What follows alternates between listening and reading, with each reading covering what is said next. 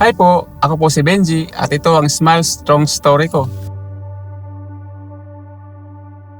I'm 52 years old. Late na nag-asawa. Late na nga rin kaya na matupad ang ibang pangarap ko.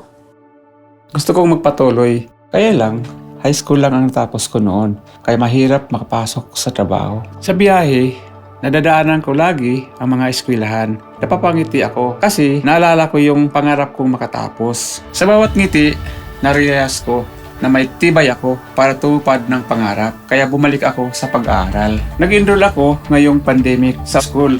Pinagsasabay ko sila sa pagdadrive. Pumapasok din ako sa school nang naka-uniform. Sabi nila, "Oh, akala ko ikaw yung teacher." Pero tuloy-tuloy lang ako. Pakiramdam ko, malapit na ako sa bright future na pinapangarap ko. Ang bawat smile natin, nagpapakita na strong tayo. Kung gusto natin ang isang bagay, dapat sipagan natin. Smile tayo dahil strong tayo.